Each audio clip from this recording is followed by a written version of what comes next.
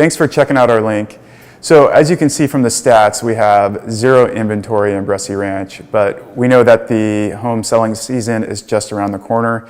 We're just a few days out from spring, and we know that there's going to be more inventory coming on the market. In fact, we've had several conversations with people out there, so we think it's going to be a very busy spring selling season.